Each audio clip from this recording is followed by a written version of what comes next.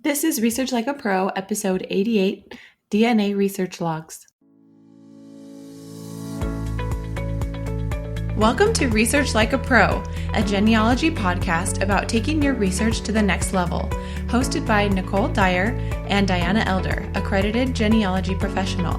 Diana and Nicole are the mother-daughter team at FamilyLocket.com and the creators of the Amazon best-selling book, Research Like a Pro, A Genealogist's Guide. I'm Nicole, co-host of the podcast. Join Diana and me as we discuss how to stay organized, make progress in our research, and solve difficult cases. Let's go.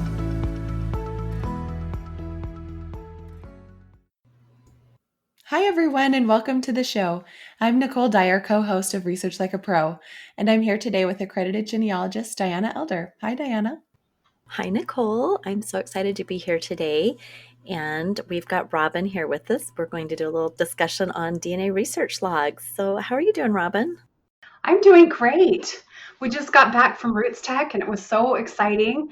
I learned so many new things and it was fun to meet other genealogists and people who are just as excited about genealogy as we are.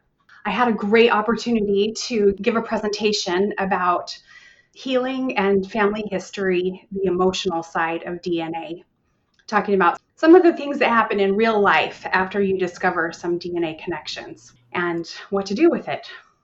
So you can find that on the rootstech.org website. I love that they recorded that because I think that's going to be one that will touch people for years to come. There's just so many stories of people having unexpected results and having these emotions that just come and go. So thank you so much for coming up with that class, and our thanks to RootsTech for recording it for us. It was a great opportunity. Our listener spotlight today is really fun. This is from Josiah Delamotte, and the title of the review is Amazing DNA Tips. This podcast is just loaded with great information, among other subjects, on how to use DNA results to find relatives. I'm 17 and have been doing genealogy for 2 or 3 years now. I especially love the careful explanations, informative for every level of experience. I use the idea of building a tree for matches to find my great-grandmother's mother. My great-grandmother was adopted, and I'm using it again for other matches, hopefully with the same success. Well, thank you, Josiah. This is our first review from a teenager, and we love that you are already doing family history and using DNA. How great. Thanks for that review. That is fun. Well, today we're talking about DNA, so you should be interested, Josiah. We're talking about DNA research logs. When you're working with DNA and looking at match lists and reports and family trees and all kinds of sources, it may feel overwhelming. You will probably want to keep track of everything you look at with a log. So we're going to discuss some ways to do that. And at the end, we'll even talk about how to take your research log to the next level with a special tool called Airtable. So if you're interested in that, make sure you stay tuned until the end. Okay, so to get started, let's just do a little review of the Research Like a Pro with DNA process. We've been talking about specific steps for taking on a focused research project about a specific research subject. So first thing was to take a DNA test. Second was to assess, trying to understand your DNA results. And we had 4 simple steps for that. Looking at the names of matches to see if there was someone you could recognize, then checking how much DNA you shared, seeing if that matched up with the relationships, and then contacting those DNA matches. That's all part of assess. Number 3 was to organize, and this was where you do a chart. Somehow you visualize your matches. Number 4 was to create a research objective, seeing if DNA can answer your research question. Number 5 is to analyze your sources, and that is seeing your DNA matches as evidence. Number 6 is looking at the locality and the ethnicity of your DNA matches. And number 6 was research planning, coming up with a real plan for how you're going to attack this DNA research, DNA tools you would use, and what methodologies you would use. And then number 7 was DNA source citations, because it's really important that we are making sure we know where our information came from. So we've gone all the way through those different things, and now we're ready to discuss step 9, which is using a DNA research log to keep track of genetic genealogy searches. That was a lot. I think the numbering got a little bit off, but that's fine. It was in order. Sorry about that. It's fine. I mean, we know the order.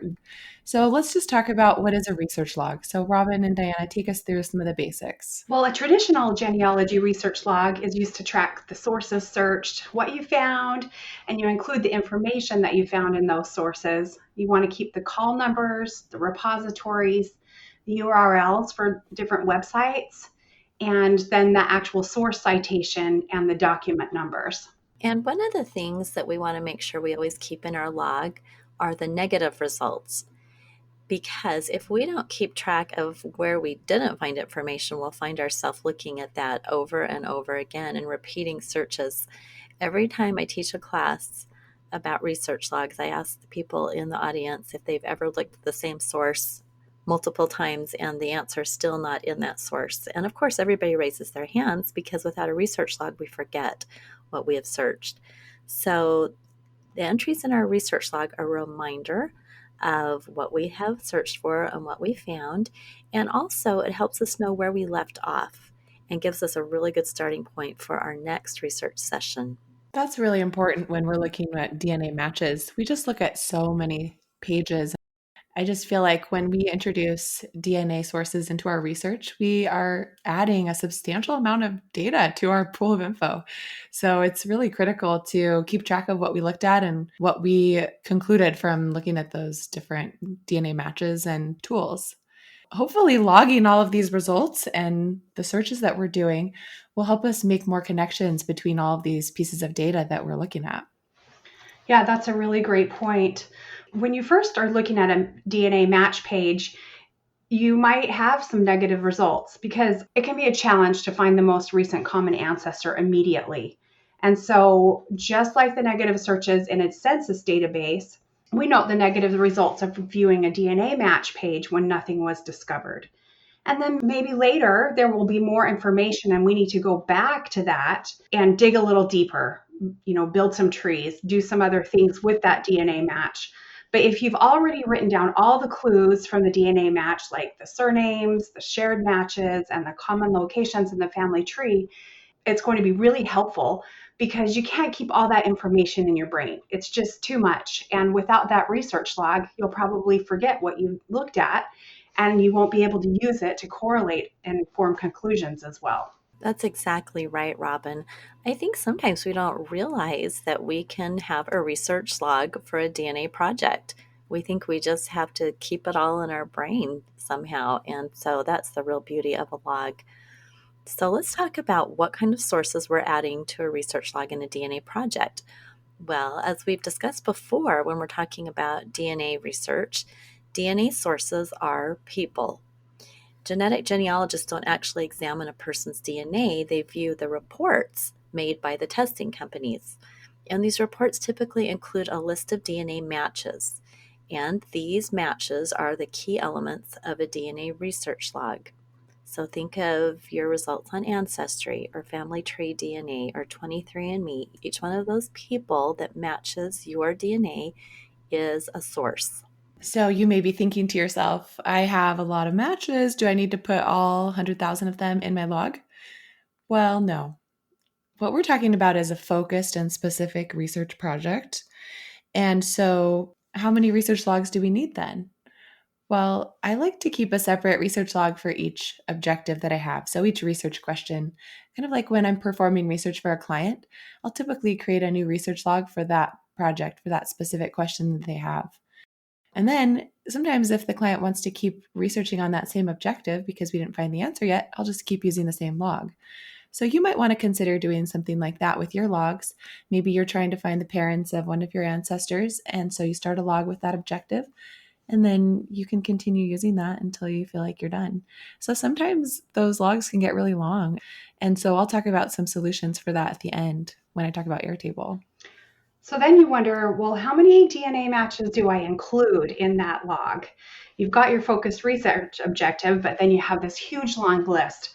Well, when I'm working on it on a DNA project, I have sorted out some of the people into maternal and paternal sides and clustered them. And so I just include the matches who are relevant to the subject of the research objective. Because if I had all those matches in there, it would just be so confusing and too many people to work with. So you want to make it down into a bite-sized chunk or something that's more manageable by separating those out. I think that is one of the most valuable things about this research log, helping you to focus in on that group that's going to help you reach your objective. So let's talk about the DNA matches and what we might want to log for them. Each DNA match may have several steps that you have to take to determine how they're related to you or the specific test taker. So you're going to have several entries in your research log just for one match. So here are some possible entries for a DNA match named John. First of all, we could have the match page for John, a link to that. We could have a link to the family tree that John had put on the testing website. We could have the ethnicity report comparing my ethnicity to John's. We could have a shared match report showing matches in common on my match list and John's match list. We could have searches in additional published family trees that related to John's ancestors. And we could have searches in other record groups to find John's ancestors. So you can see there are a lot of different things that we may want to put in our log for that specific match. Yes, I think we are often trying to extend our matches' pedigrees, so it's helpful to be able to keep track of what we did there. Often we won't find the most recent common ancestor, so we'll have to come back to it and update that search and continue looking for his ancestors. Each of those different pages that you mentioned will have different source citations, and you can write different notes for them. So it's helpful to separate them out. I mean, I think sometimes we want to group it all together and just say, I looked at this match page and here's what I found. But that can be a lot of different links to different things and different notes. So I think it's helpful to have a separate one for each thing that you look at and just say, well, the ethnicity results showed this, and maybe it could be that. Then your notes column doesn't get too lengthy. So for the match page with John, you might want to note in the results column that the shared centimorgans seem to indicate like a second or third cousin relationship, and then hypothesize, well, in his family tree, it looks like maybe this is the location where we are related because this is the location we have in common. So you can see the different notes that you might want to add for those different pages. Those notes can really help you correlate and understand what you've got, especially if you need to leave the project and come back to it. Another aspect that we need to log are the quick trees. So a lot of people use ancestry.com or other tree building or hinting services to build a quick tree for DNA matches. And remember that in Ancestry, you need to mark that tree as private and unsearchable, which you do in the settings area of Ancestry, because you don't want other people to find that tree in a search and then duplicate what you've got when you still haven't proven the information. It's a working tree, working with your hypothesis. That quick tree can include records that are attached to individuals' profiles, and that can replace some of the searches that are recorded in a research log. And then you could revise the entry in your research log to include a link to the quick tree and a summary of this method and what you learned in the notes section. And then have a master tree, link to the DNA match whose pedigree you extended within your master tree. I really like the idea that we can come back to these matches and add more information. You know, in traditional research, we look at a census and we fill out our research log, and, you know, that census doesn't really change. We may come back and find more information we didn't see the first time. But with our DNA matches and our research log, we may not be able to discover something at first, but we come back and with more information added to the testing company's results, we can really update that log. That information is kind of constantly changing as more people test. So this is a way that we can keep track of things and continually update Now, one of the things we also need to think about logging are DNA tools and methods. So we want to log our activities. There's so many tools out there that we are trying, and we want to make sure that we are recording what we've tried and what we found. So we could include all kinds of reports and methods from the DNA companies and third-party tools. Some examples of this could be auto cluster reports, chromosome browser reports, chromosome mapping, leads method results, segment triangulation data, surname projects, one-to-one DNA comparisons, segment search, ancestry through lines, MyHeritage's theory of relativity, a haplogroup report, a quick tree, or what are the odds tools. Wow, just reading through those made me tired. So there are so many great things that we can try out. And if we don't record that we have tried this tool and what we found from it, we'll probably go back and do that again, just like searching that same database or that book again in our documentary research. Yeah, I think of this as kind of like a research journal almost, where we're writing down what we did and what we learned from it, right? So we did the leads method, and these four groups emerged. And the group that I want to focus on is the one with these matches. So it's kind of a chance for us to do some preliminary conclusions from our different methods we're working on that we can then later correlate with our other research and put it into a report. So it's helpful to write about what we learned from it in the moment instead of putting it off and forgetting the intermediate conclusions we made.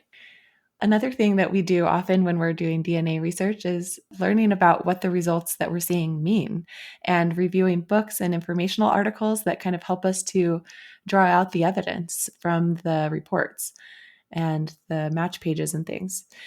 I think it's great to include this in your research log too, because you'll probably want to put it into your report. So we can put into our log the articles that we read that help us understand the DNA results. Maybe they're articles from the ISOG wiki, books about genetic genealogy. There's a lot of blogs and website articles by genetic genealogists that can help us add meaning to our results. And when we consult the Shared Centimorgan project, it's good to have a citation ready for that because we probably use that a lot. And any other genetic studies that can help us understand our results. So these are good things to include in our log as well. And often I'll forget to put something that I learned into my log and I'll want to cite it in my report. And so I've gotten into the habit of keeping track of all these things I look at so that I'll be ready to use them. That's a really good idea. And to have like a master list of your citations, then you can go back and quickly move that over to your research log. So some steps in creating a research log would be to, like you already said, create a separate research log for each objective. And then go ahead and follow your research plan and add entries to your log for each result from traditional genealogy sources, DNA sources, DNA tools, and other methods that you try. Remember that DNA means nothing without genealogical records. It's just a list of letters. So you've got to be using those traditional sources to verify the connections and the relationships between people. You want to make sure that you create source citations for each entry. That will save you a lot of time later and keep you accurate and on track. And then a great hot tip is to include links for each entry if you can. So those links might be to a match page at a testing company, a profile at an online family tree, or a shared match list. You also might want to link to the files on your computer that contain auto cluster reports or screenshots of match pages and so on. And then write notes about the connections and the other things that you observe in the results section. That is really going to help you later in the next step of writing research reports. Then write your ideas about what can be done in an additional comments column. Note the connections between other entries and the connections between people, and that will help you as you go forth with your research. Right. There's a lot of great things that can come with a DNA research log. So let's just talk for a minute about a traditional research log. In that case, sometimes you just have one sheet in your spreadsheet. But in a DNA research project, multiple sheets will help you stay more organized. So you could use a correspondence log, a research log, and additional sheets for DNA comparisons. But let's talk about some of those additional sheets that you could use. You might want to have a sheet just for the leads method. How about if you're doing a Y-DNA STR marker comparison? You might be creating a matrix where you're comparing multiple test takers with each other. And you might have matches from an additional test taker whose DNA test you administer or whose DNA match list has been shared with you because it's related to the objective. You might have shared match comparisons. So you can see that there are all sorts of different types of research logs you could keep, or these would actually be additional sheets within one research log for that objective. And it's so helpful because in our Google Sheets or Excel spreadsheets, we have multiple tabs at the bottom. So these can all be kept within one spreadsheet, just different sheets. And I use this all the time for my client work. Yeah, it's great to be able to separate those into multiple sheets. I love that. So let's talk about the different columns for your log. Your research log typically has the date of the search and the repository or website that you're looking in. Can have the match name that you're searching about, also the URL of the website, a description of what I'm searching for, and typically the locality of the documents or records that I'm looking at in a specific place. And then, of course, the source citation, and then the column for the results and the comments. Those are so important to have. In addition, then you can have a correspondence log, and some possible column headings for that would be the DNA match name and a link to their match page. You want to have the DNA company, the amount of centimorgans that you share with the other person, or the genetic distance if it's Y-DNA. And make sure you write the date that you wrote to the DNA match and then the date that you received the correspondence and the estimated relationship you have with them. Another important thing to include is the most recent common ancestor, if you know, or a general guess, they're on a certain line of the family. You've got a family tree that you're building or a family tree linked to their DNA. So put that link into your log. And then the information that you received from the correspondence with that DNA match. Like they could be telling you, oh, I remember that a cousin said this, and so you might want to look here for information. And then you would include the next steps that you're going to take and the additional contact information, such as email address, telephone number, or whatever information they've given you. Those are some really great things to put in there. I especially love that you can have a column for corresponding with these different relatives because that can help us connect and help us to remember those connections. Let's talk about the tools that you need to use for creating research logs.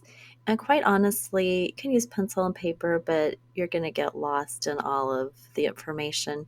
And so really using something like a Google Sheet or an Excel spreadsheet or Airtable is going to give you so much more functionality. I am kind of a fan of Google Sheets. I like that because I can access my research log from all of my devices, even my phone, and the changes sync instantly. And it's really, really nice to collaborate with others because you can share your research log. So if you are working with another relative and you're doing a DNA project together and you want to be able to, in real time, work on that research log, and maybe they're connecting with some cousins and you're connecting with some others, you can just together collaborate on that research log, which can be very, very helpful. One of the tricks with using Google Sheets that we teach a lot as we're working with people is how to add a link to the text in a cell. So you can just type a description of the link, such as match page for John, and then you use the keyboard shortcut Control K to add a link to the cell and paste in the link. Then you don't have this big, long, ugly link taking up space. Because in a spreadsheet, you have little cells, and if you have really long URLs in there, it can mess up the look of your log and makes it just a little bit unwieldy. So if you don't remember anything else, remember Control K. I was so proud of myself when I discovered that, and my techie son didn't even know that shortcut. I was able to teach him something, and I taught it to Nicole too. It was great. So Control K is how you add links. Love it. I use it all the time now. Thank you, Mom. Glad I could teach you something about technology.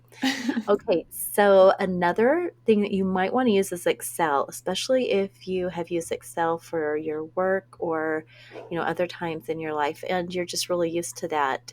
It is more functional than Google Sheets in just the way it has extra tools and things you can do. So if you're really versed in that, then you could certainly use Excel. It's very, very powerful.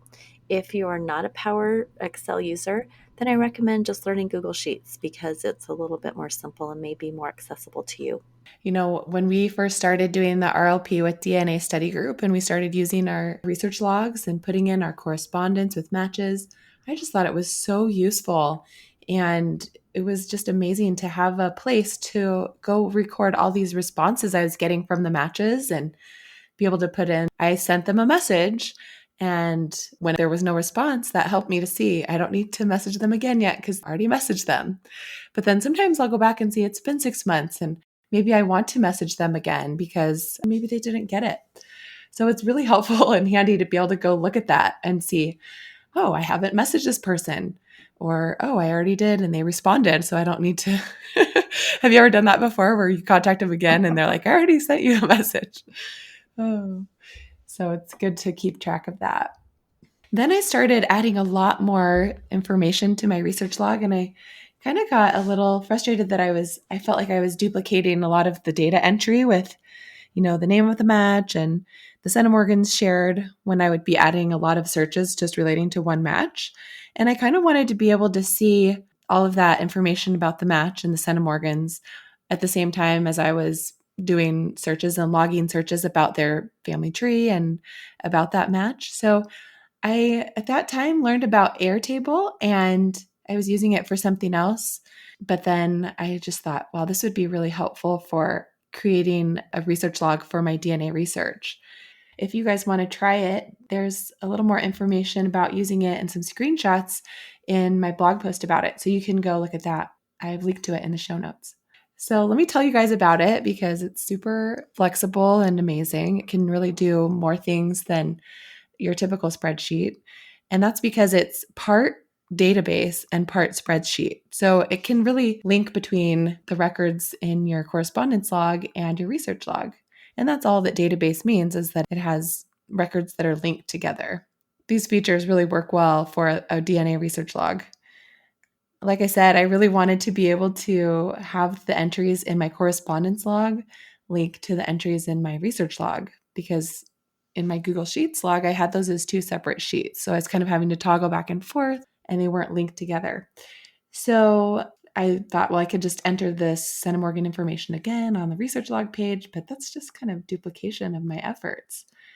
Some of the other cool features of Airtable is that you can create different field types, and even one of those field types is an attachment.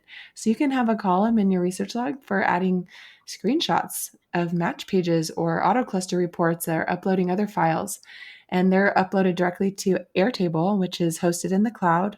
It's a web-based program. So it's kind of nice to be able to put all of those things right into your log. Within Airtable, the spreadsheet itself is called a base. That's short for database. So within that base, you'll have several different sheets, which are called tables. So I created a base or a research log for my John Robert Dyer research project. And then within that, I created two separate tables, a correspondence log and a research log. So I had a bunch of matches and I put them all in my correspondence log and put in when I contacted them. But then some of them would get back to me and say, here's my parents' names. And I wanted to expand that tree from their parents to create a larger pedigree for them and figure out our common ancestor. So what I would do in my Airtable log is keep track of all the searches that I did for each match. And what you can do is link to somebody in your correspondence log in the first column of your research log. And then when you click on that entry, you can see all of the centimorgan information and the link to the match page and the shared matches and that kind of thing.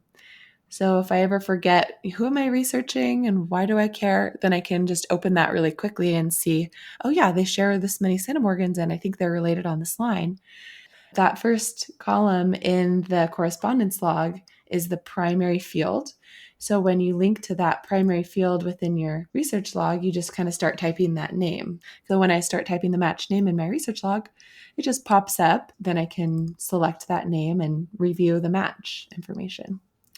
And then another super helpful feature of Airtable is the ability to take your research log and group all the searches in different ways. So I like to group my searches by which DNA match I'm searching for.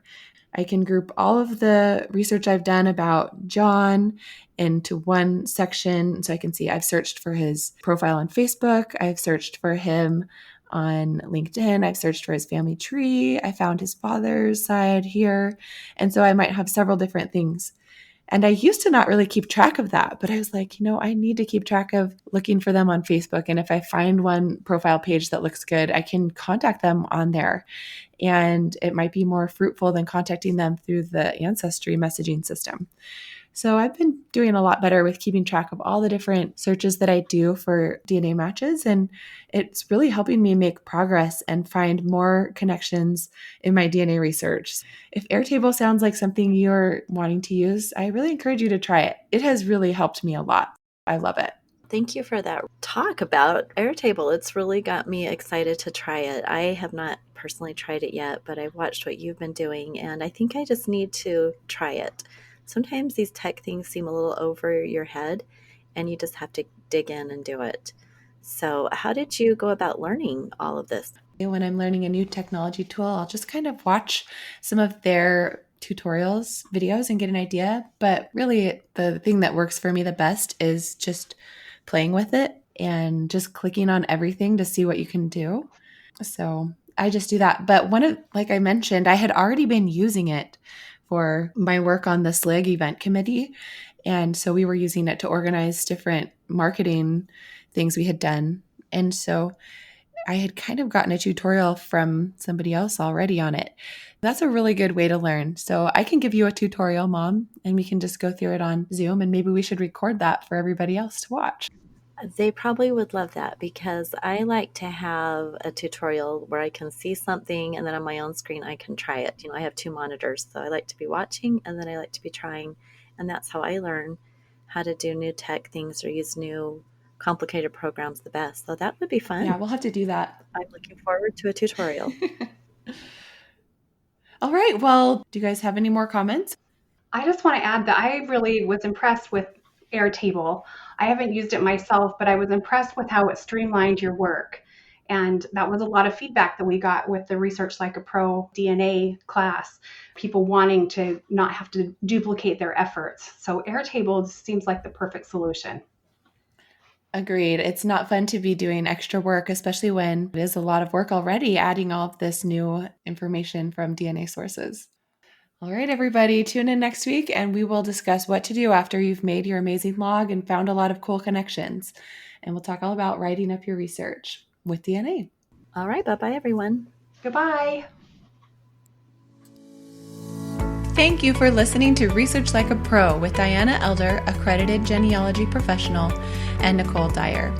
We hope that something you heard today will help you make progress in your own genealogy research.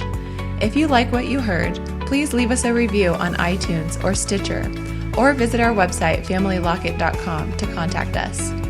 You can find our book, Research Like a Pro, A Genealogist's Guide, on Amazon.com and other booksellers.